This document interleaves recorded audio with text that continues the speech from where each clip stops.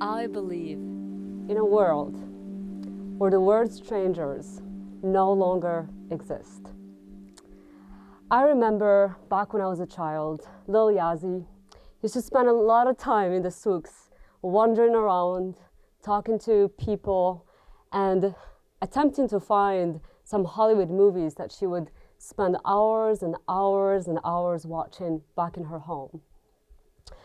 I used to escape this lived reality back in Rabat, the home capital, the capital of Morocco, and imagine a world of possibilities, a world where I could imagine, where I could dream, where I could be whoever I wanted to be. I could become a dancer, or perhaps I could become a businesswoman, or I could travel the world. Perhaps I could go to the moon.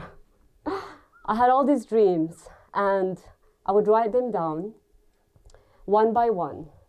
And in retrospect, 10 years later, almost everyone has happened, except landing on the moon.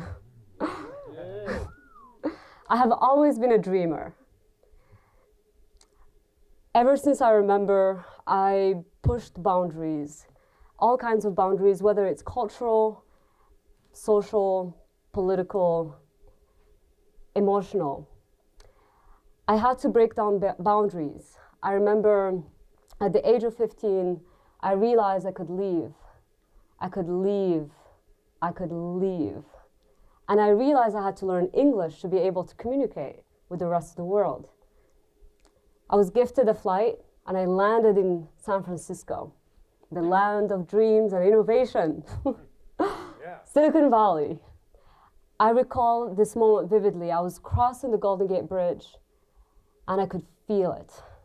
I could feel the spiritual awakening. I could feel myself for the first time. I was no longer in my imagination. I could do something with my life. And I remember promising myself one thing. As I was crossing the Golden Gate Bridge, I remember telling myself, once I cross the bridge to the other side, there is no going back. And ever since then, I never looked back. I dissolved all my identities. I am a young woman. I am Arab. I am Muslim. I am African. I embody every potential stereotype that could exist. And I love it. When I was 17, I had the opportunity to go to the United States as a cultural ambassador of Morocco to Kansas. And I remember some of the questions people would ask me. If you're African, how come are you not black? Do you ride camels to school? And of course I said yes. Of course we ride camels to school. And why are you not wearing the veil? I mean, you're too cool for being Arab or Muslim. And of course, my favorite question, are you a terrorist? These questions were just samples and examples of some of the stereotypes that I was breaking down. But I realized I also had to break down my own stereotypes about America. It was not all Hollywood movies. And sure, I landed in Kansas with all the cornfields. But I discovered another part of the United States, which is the generosity and hospitality of thousands of Americans that welcomed me in their homes, even though they had never met me before. And that broke down every single misconception, stereotype I could have or hold in my body. And with that, I had my biggest realization, this feeling of interconnectedness, this feeling of unity, of love, of unconditional acceptance of all of humanity, no matter our race, our gender, our religion, our political views, or anything that could divide us. And all it took is asking deeper questions. All it took is that moment of silence and discomfort and breaking it down. Seek first to understand and then to be understood. Stephen Arcovey. I remember reading that when I was 12 years old, and I thought to myself, this is it.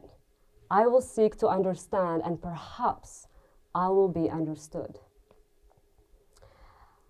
One by one conversation at a time, one family at a time, one tea, sitting down.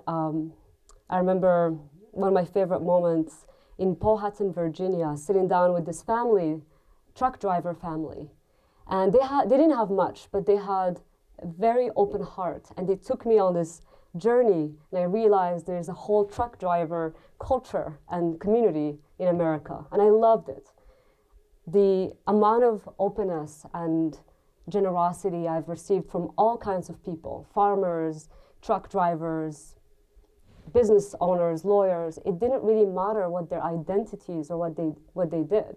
What mattered was their hearts and the values that brought us together. So I learned a few things: to always follow my heart and my intuition. And I've never compromised. Very rarely can I look back and thought that I compromised.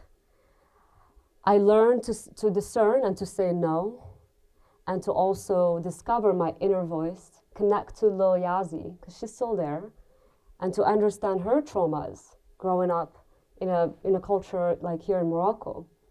And to realize, even though my parents left me to go to Spain at 2-year-old, they loved me. And that created a trauma of not feeling belonging.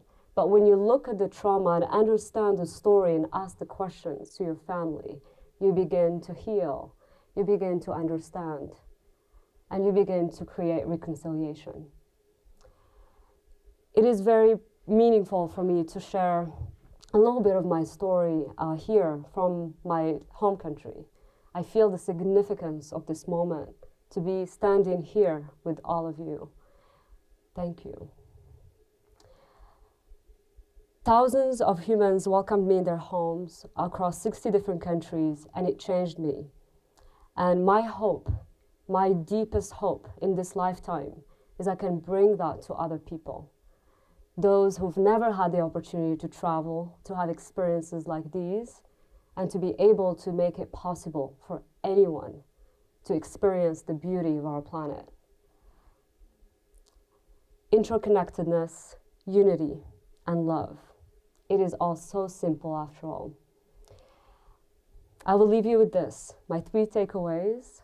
Ask deeper questions. Let go of the past. Be here in the now, fully.